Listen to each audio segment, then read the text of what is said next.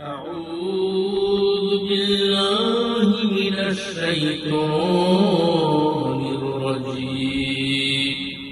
بسم الله الرحمن الرحيم. إن فتحنا لك فتحا مبينا ليغفر لك الله ما تقدم من ذنبك وما تأخر ويتم نعمته عليك ويهديك صراطا مستقيما وينصرك الله نصرا عزيزا والذي أنزل السكينة في قلوب المؤمنين ليزدادوا إيمانا مع إيمانه ولله جند السماوات والأرض وكان الله عليما حكيما ليدخل المؤمنين والمؤمنات جنة تجري من تحتها الأنهار خالدين فيها ويكفر عنهم سيئاتهم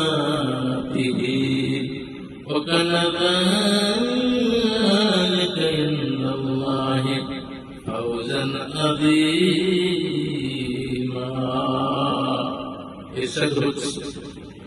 আল্লাহ তোমার জন্য বিজয় অবধারিত করেছেন যেন তিনি তোমার অতীত ও ভবিষ্যৎ ত্রুটি সমূহ মার্জনা করবেন এবং তোমার প্রতি তার নিয়ামত পূর্ণ করবেন ও তোমাকে সরল পথে পরিচালিত করবেন এবং আল্লাহ তোমাকে বলিষ্ঠ সাহায্য দান করেন। তিনি বিশ্বাসী মুসলমানদের অন্তরে প্রশান্তি অবতীর্ণ করেন যেন তাদের ঈমানের সাথে আরো ঈমান বৃদ্ধি পায় এবং আকাশ ও পৃথিবীর বাহিনী সমূহ আল্লাহরই এবং আল্লাহর সর্বপ্রকাময়। এজন্য যে তিনি বিশ্বাসী পুরুষ ও বিশ্বাসী নারীদের জান্নাতে প্রবেশ করাবেন যার নিম্ন দেশে নদী প্রবাহিত যেখানে তার স্থায়ী হবে এবং তিনি তাদের পাপ সমূহ মোচন করবেন। এটি আল্লাহর দৃষ্টিতে মহা সাফল্য। আলহামদুলিল্লাহ। সুপ্রিয় দর্শক শ্রোতা মণ্ডলী, পবিত্র কালামুল্লাহ পাঠ থেকে সূরা ফাত পাঠ করলাম অর্থসহ। এই সূরাটা হুদায়বিয়ার সন্ধির সময় নাজিল হয়। হুদায়বিয়া হলো মক্কা থেকে 22 কি 25 কিলোমিটার দূরে একটি জায়গা, যেখানে মুসলমানরা পবিত্র হজ পালন করার জন্য গিয়েছিলেন, কিন্তু কুরাইশ নেতারা তাদেরকে বাধা প্রদান করে, যার জন্য এখানে আল্লাহ রাসূল অবস্থান করে। এই জায়গাটার নাম হুদায়বিয়া, কূপ, যেটা মক্কা থেকে 22 কি 25 কিলোমিটার দূরে। আল্লাহ রাসূল পঞ্চম হিজরিতে স্বপ্ন দেখেছিলেন যে উমরা করার জন্য তাকে বলা হয়েছে। ষষ্ঠ হিজরিতে 628 খ্রিস্টাব্দে রাসূলুল্লাহ সাল্লাল্লাহু আলাইহি ওয়াসাল্লাম 1400 সাহাবীকে সঙ্গে নিয়ে জিলকদ মাসে মক্কায় হজ পালন করতে রওনা দেন, কিন্তু কুরাইশরা শুনে তাদেরকে বাধা প্রদান করল। আল্লাহ রাসূল হিবাস নামক একজনকে গোষ্ঠী সহ পাঠালেন, তাকে তার গোষ্ঠীকে হত্যা করল এবং তাকেও হত্যা করার উদ্যত হল কুরাইশরা। ইতিমধ্যে আল্লাহ রাসূল সিদ্ধান্ত নেন যে হযরত ওমর রাদিয়াল্লাহু তাআলা আনহু পাঠাবেন, কিন্তু ওমর রাদিয়াল্লাহু তাআলা আনহু যেতে অপারগ প্রকাশ করলেন।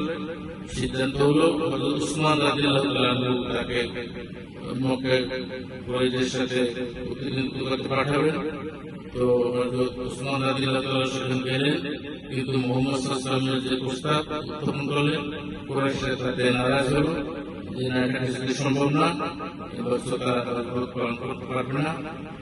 পরবর্তী সময় একটা গুজব রটনা হলো যে উসমানকে হত্যা করা হয়েছে। এমন সময় আল্লাহ রাসূল সকল সাহাবীদেরকে নিয়ে একটা বাবলা গাছের তলে তাদের নিয়ে প্রস্তুতি করলেন যে আমরা এই হত্যার বদলা নেব এবং প্রত্যেকে আমরা প্রাণপণে প্রয়োজনের বিরুদ্ধে যুদ্ধ করব। ইতিমধ্যে খবর পাওয়া গেল যে এটা একটা গুজব, উসমানকে তারা হত্যা করে নাই। পরবর্তী সময়ে আল্লাহ রাসূল কুরাইশদের সাথে একটা সন্ধি করলেন। এই সন্ধি হুদায়বিয়া সন্ধি নামে পরিচিত। এখানে যে কয়টা কন্ডিশন ছিল, প্রত্যেকটা কন্ডিশন ছিল মুসলমানদের বিরুদ্ধে, এবং সাহাবা আজমাইনরা বললেন যে ইয়া রাসূলুল্লাহ, আমাদের প্রত্যেকটা সন্ধি আমাদের বিপক্ষে। তারপরও আল্লাহ রাসূল বললেন যে না, এটাই আমাদের বিজয়, এবং কোরআনের এই সূরা পাক নাযিল হলো। এই প্রত্যেকটা আয়াতে এখানে দেখা যায় যে তোমাদেরকে বিজয় দান করা হয়েছে। প্রত্যেকটা আয়াতের অর্থ খুব তাৎপর্যপূর্ণ। কুরাইশদের পক্ষ থেকে সোহাইলকে পাঠানো হলো এবং এই সন্ধি লেখার দায়িত্ব পেলেন হযরত আলী রাদিয়াল্লাহু আনহু। তো যখন তিনি লেখা শুরু করলেন যে আল্লাহ রাসূল হযরত মুহাম্মদ সাল্লাল্লাহু আলাইহি ওয়াসাল্লামের তরফ থেকে এই সন্ধি, তখন সোহাইল আপত্তি করল যে সাল্লাল্লাহু আলাইহি ওয়াসাল্লাম লেখা যাবে না, কারণ আমরা যদি তাকে আল্লাহ রাসূল হিসেবে মানতাম তাহলে আপনাদের সাথে সন্ধি করার প্রয়োজন থাকতো না, আমরা এই রাসূল সাল্লাল্লাহু আলাইহি ওয়াসাল্লামের কথা মানব না। তখন আলী রাদিয়াল্লাহু আনহু বলেন যে তিনি আল্লাহ রাসূল, আমি তাকে আল্লাহ রাসূল হিসেবে জেনেছি এবং আমি এটা হাত দিয়ে কাটতে পারবো না, কিছুতেই সম্ভব না, আমাকে ক্ষমা করব। তখন হুজুর সাল্লাল্লাহু আলাইহি ওয়াসাল্লাম সোহাইলকে লক্ষ্য করে বললেন, তোমরা আমাকে আল্লাহ রাসূল না মানো তাতে কিছু যায় আসে না, কিন্তু জেনে রাখো আমি আল্লাহর কসম দিয়ে বলছি আমি আল্লাহর রাসূল। একথা বলে তিনি নিজের হাতে ওই সাল্লাল্লাহু আলাইহি ওয়াসাল্লাম কথা কেটে দিলেন।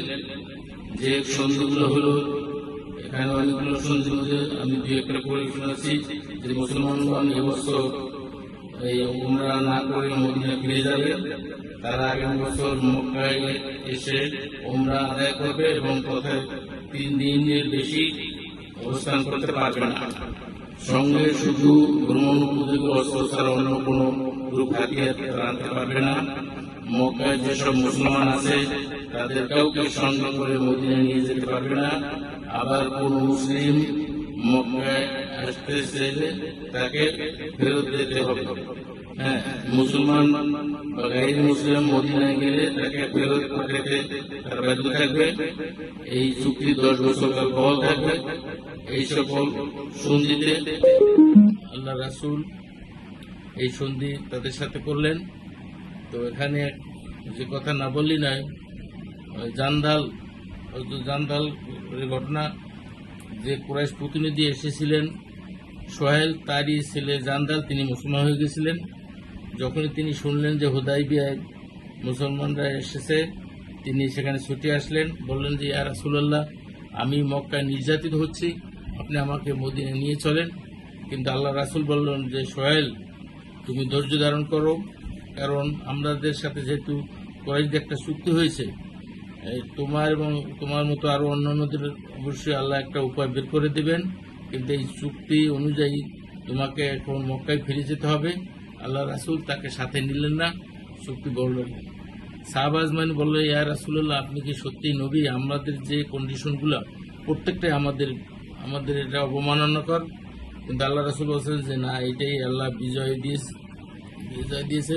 সত্যিকারভাবে হুদায়বিয়ার সন্ধিতে যে শর্তগুলো কুরাইশদের সাথে হয়েছিল, এটা একটা দীর্ঘমেয়াদী, এবং এটা মুসলমানদের পরবর্তী সময়ে দেখা যায় যে তাদের প্রত্যেকটা কাজী বিজয়, দলে দলে লোকজন ইসলামের দিকে ঝোঁকা শুরু করলো। এবং এরপরে আমরা দেখতে পাই যে 8ম হিজরিতে মক্কা বিজয় লাভ করলো এবং সেখানে আল্লাহ রাসূল প্রায় 1.25 লক্ষ সাহাবী নিয়ে হজ পালন করেছেন।